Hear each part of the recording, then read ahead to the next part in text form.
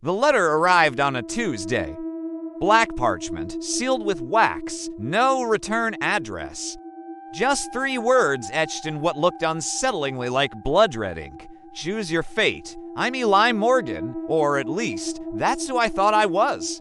A behavioral therapist, 32 years old. I'd seen my share of strange things, heard stories that would make your skin crawl, but this was personal. The handwriting, elegant yet chaotic, was a perfect match for my twin brother, Caleb, the same brother who vanished without a trace 10 years ago, deep in the woods near a place called Ashvale Hollow. Inside the envelope was a hand-drawn map, its lines shaky, leading to a secluded cabin deep in the Appalachian forest. Beneath it, a simple, chilling note, one choice, one truth. Midnight, come alone. My professional mind screamed at me to call the police, to dismiss it as a cruel prank. But my gut, a hollowed-out cavern of guilt and unanswered questions, knew I couldn't. This was Caleb. It had to be. That night, as the city slept, I packed a bag. A heavy-duty flashlight, my father's old compass, and a revolver I hadn't touched in years. I didn't tell a soul where I was going. How could I? I was driving into a memory, a nightmare I'd spent a decade trying to escape. Ashvale Hollow was even colder and more foreboding than my memories allowed.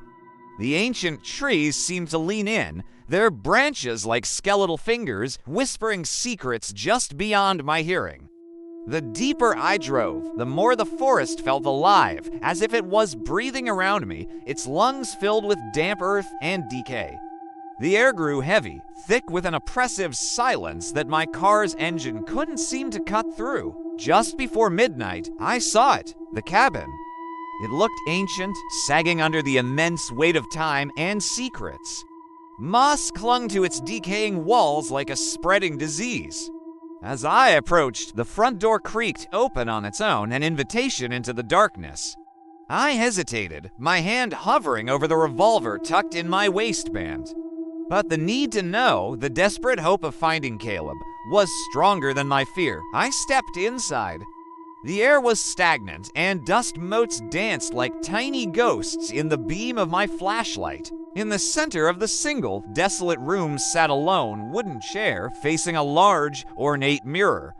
On the chair was an old-fashioned tape recorder and another note. My hands trembled as I picked it up. Press play. Do not look away. I sat. The worn wood of the chair groaned under my weight. My heart hammered against my ribs as I pressed the play button.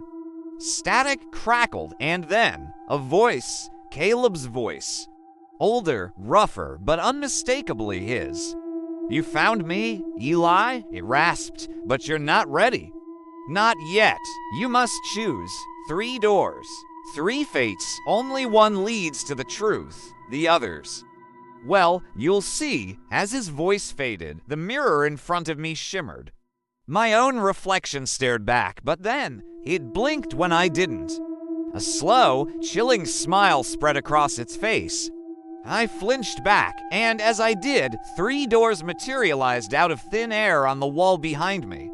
Solid, wooden, and terrifyingly real. My hand shook as I reached for the knob of the first door. It opened into a long, impossible hallway lined with portraits of my family, my mother, my father, my grandparents. But their faces were all wrong. Their eyes were too wide, black and vacant, and their mouths were crudely stitched shut. A primal fear gripped me as I took a hesitant step forward. The very walls seemed to pulse like a dying heart, and a dark, viscous liquid began to seep up from between the floorboards. It was blood. A whisper slithered through the air, seeming to come from all directions at once. You left us. Suddenly, the hallway began to collapse inward, the walls closing in. The figures in the portraits started to scream, silent, agonizing screams as their painted mouths were torn open. I turned and ran, my feet slipping on the crimson-slicked floor. At the far end of the hall, blocking my escape, stood a small child. It was me at age 7. His eyes were ancient and filled with an unbearable sadness. You chose silence, the boy whispered, his voice a hollow echo. Now silence chooses you. He opened his mouth, and instead of a sound, a swirling, absolute darkness poured out, pulling me into a void. I woke with a gasp back in the chair. My body was drenched in a cold sweat. I looked at the mirror. A long, jagged crack had appeared across its surface. And on the wall behind me, the first door was gone. My breath came in ragged bursts, but I knew I had no choice but to continue. I stumbled towards the second door. This one opened into a derelict church. A few lonely candles flickered along the pews, casting long, dancing shadows. At the altar, a congregation of figures stood with their heads bowed in prayer. As I stepped forward, they all turned in unison. They were faceless, no eyes, no noses, no mouths. Just smooth, blank skin. From the shadows, a priest emerged. His face, it was Caleb's, but he was older, his features hollowed out by some unspeakable sorrow. Confess, he commanded, his voice echoing in the cavernous space. I hesitated, my own guilt a lead weight in my stomach. Confess, he roared, so I spoke. I confessed my guilt over leaving Caleb behind that day in the woods.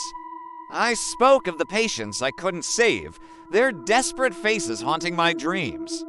I confessed the whispers I sometimes heard in the dead of night. The priest with Caleb's face smiled, a terrifyingly gentle expression. You are forgiven. And then the faceless congregation screamed. Their blank faces split open, revealing rows upon rows of needle-sharp teeth as they lunged for me.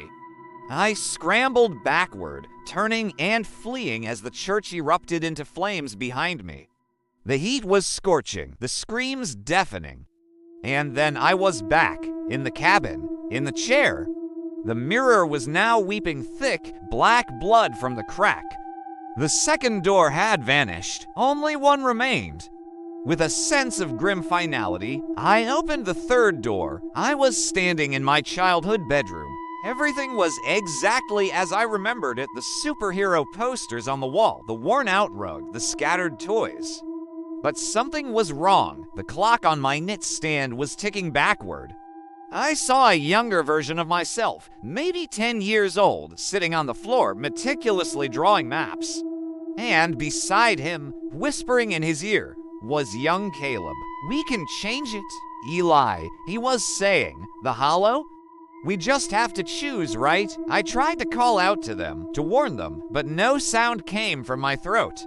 My voice was gone. The room began to spin, and time fractured around me. I saw flashes of my life, every moment I'd ever been paralyzed by doubt. Every patient who had begged me for a help I couldn't give. Every time I had ignored the warning signs in my own life. And then, the day Caleb disappeared, I saw it with horrifying clarity. He hadn't just vanished, he had chosen the Hollow. He had walked into those woods willingly, and I had let him go. The young version of Caleb in the room turned to look directly at me, his eyes piercing through time itself. You can still choose, he said. With a sound like shattering glass, I was thrown back into the cabin. The mirror exploded, shards flying everywhere. And standing in the space where it had been was Caleb, real, tangible, but he was pale, his eyes as black as empty space.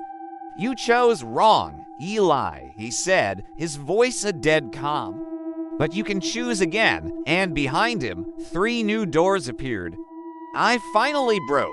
I screamed, a raw, desperate sound. There's no right choice, is there?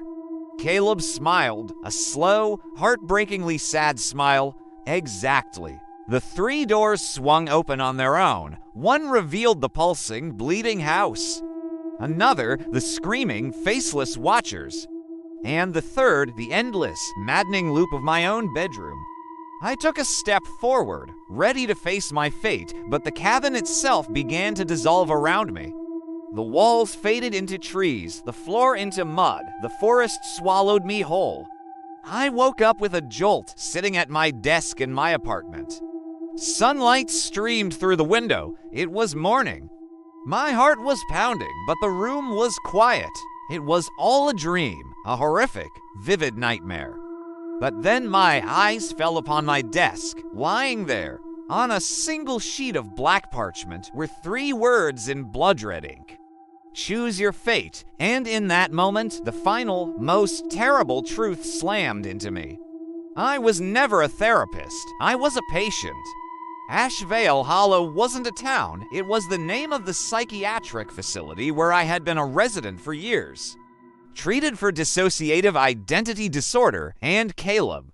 My twin brother, my guilt, my driving force. He had never existed. The cabin, the doors, the voices, they were all just elaborate constructs. Fractured pieces of my own broken mind, playing out the same loop of guilt and punishment over and over again. But the letter was real, a self-inflicted torment. And I knew, with a certainty that chilled me to the bone, that tomorrow morning it would be there again. An invitation from myself to myself, a promise of a choice that was never mine to make. Thank you so much for joining me on this journey. If you enjoyed this story, please don't forget to hit that like button and subscribe for more tales from the shadows. I'll see you in the next one.